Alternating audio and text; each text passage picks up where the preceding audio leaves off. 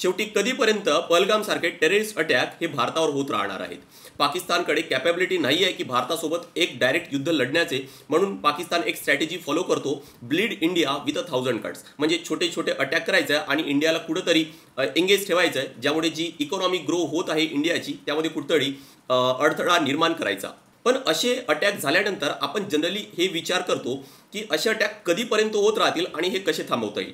आणि जनरली आपलं एक रिॲक्शन येतो की सर्जिकल स्ट्राईक किंवा एअर स्ट्राईक सारखे पर्याय. पण त्यासोबतच अजून काही पर्याय आहेत, त्याबद्दल पण आपल्याला नक्कीच विचार करायला पाहिजे. तर जसं डिप्लोमॅसी किंवा चर्चेच्या माध्यमातून काय पाकिस्तानवर काही नियंत्रण ठेवता येणार आहे का, की पाकिस्तानसोबत काही कडक पावलेच पाकिस्तानवर हे भारताने घ्यायला पाहिजे.